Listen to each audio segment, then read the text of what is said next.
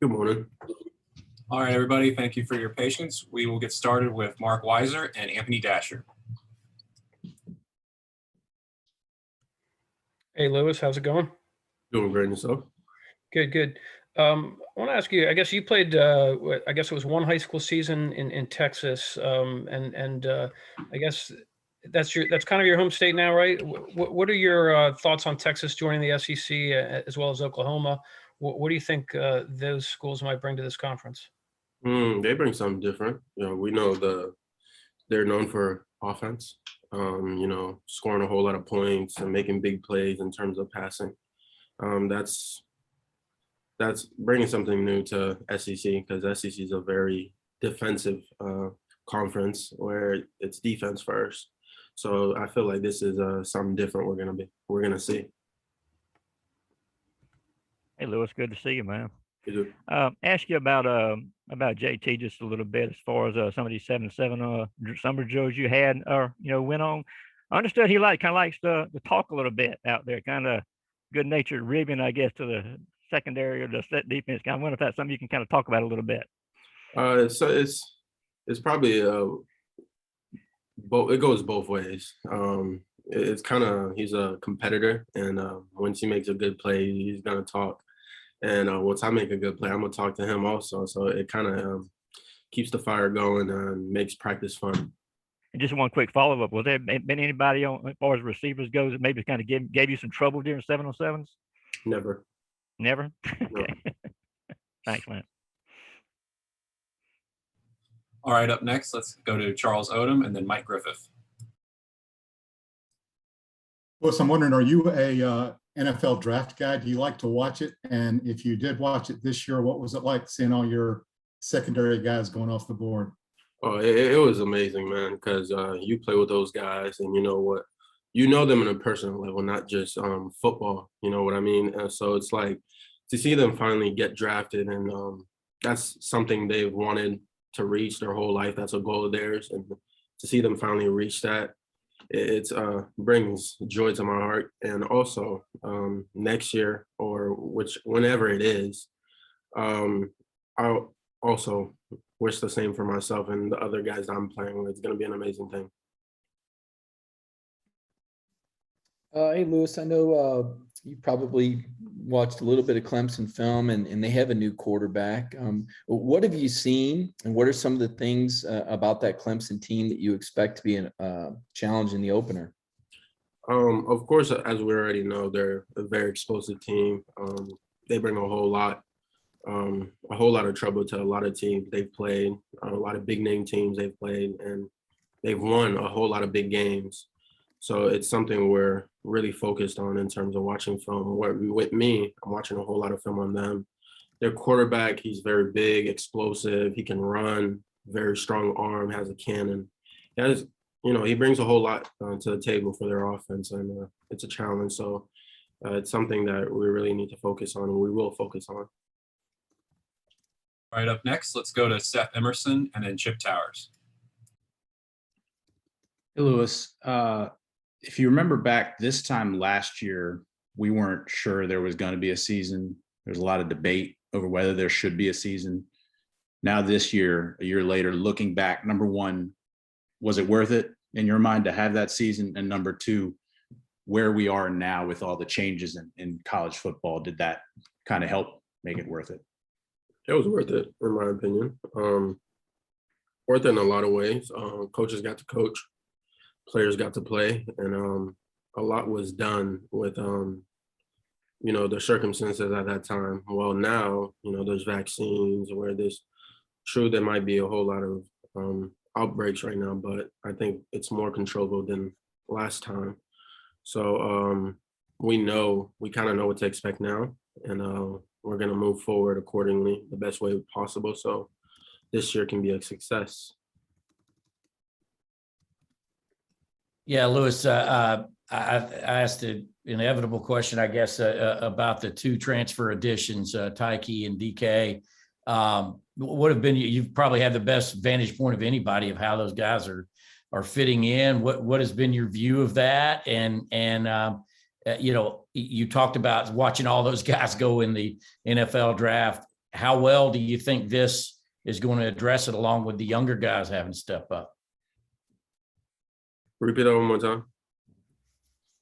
How do you think they're going to be able to address all those guys you referred to leaving in the NFL draft, the additions of them and the young guys, of course? Before I go, I like your cut. I like your haircut. It looks real nice. I like yours too. Thank you, man. Thank you. But yeah, we did lose a whole lot of talent, a whole lot of guys from last year. But I feel like we've made up in a big way with young guys we have. You know what I mean? So we use what we have, even if it may be getting guys from other places. But we use them to their strengths. We use them the best way we can, and we're getting better and better every day, 1% at a time. And that's all that matters at the end of the day. But Tyke and Darian Kendrick in particular, what have been your views of those two guys fitting in? They're who they say they are. We kind of knew what we're getting, and based off of practices and everything we've kind of been doing and workouts and whatever. They're sound guys, and they bring a whole lot to the table. Thank you. Appreciate it.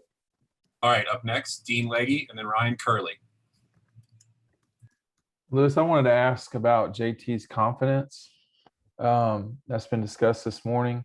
What's it like dealing with him in 7-on-7 or just in straight up regular practice when he's hitting guys and making plays?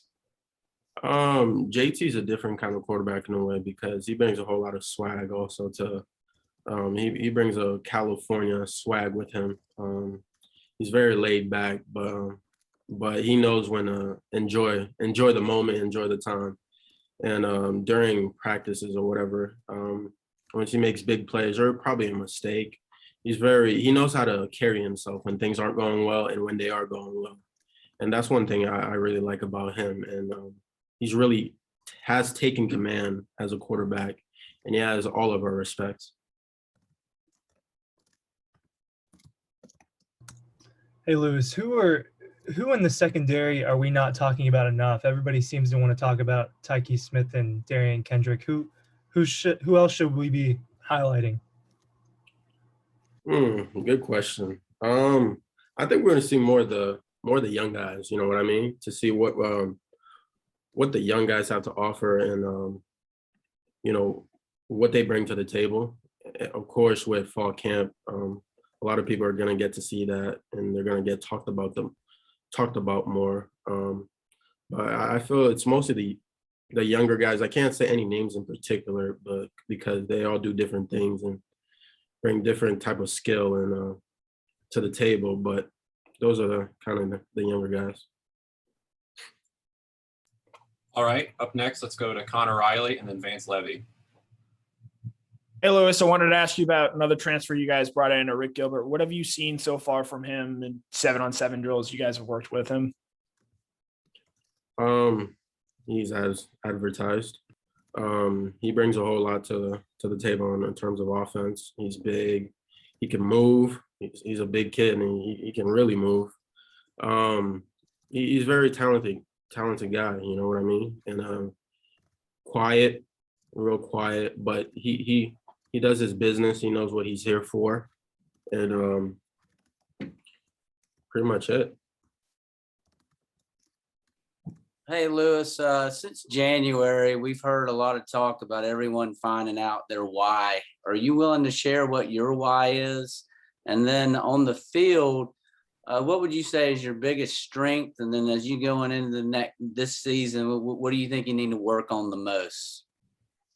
Why? We do this thing here. It's called Skull Sessions. It's working our core values as a team.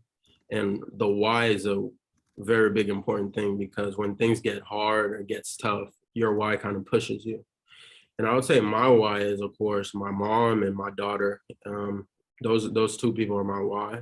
And, when things get hard, I kind of can push myself because I know my mom has been through things for me, and she never complained, and she just kept pushing through. And of course, my daughter, she's someone that I'm gonna go through a brick wall for. But in terms of on the field, my strengths are that I'm everywhere at all times. That's pretty much all I can say. I'm everywhere at all times. I'm willing to do the hard things. You know, a lot of guys aren't willing to stick their nose in there, and I'm willing to do that. I need to be more vocal, in my opinion, and I'm working on that. That's something I'm working on every day, and it'll work its way out.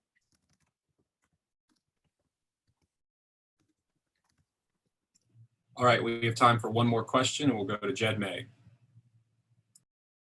Yeah, Lewis, I guess just following up on the why question there. I mean, have there been times, maybe last year or over the summer, whatever, where, you know, thinking of your mother and your daughter has really, I guess, gotten you out of a tough spot or really helped you push? I mean, are there any specific moments you can think of where they really helped you out mentally? Team Run. Team Run, oh my gosh. Team Run really tests us mentally. Well, tests me mentally. I mean, in my opinion, I think I'm very well conditioned, but we get obstacles and challenges thrown our way a whole lot. And the best way for me is to probably think about them and to adjust the best way I can to push through and, you know, win, I would say. And that's pretty much it. All right, thank you very much, Lewis.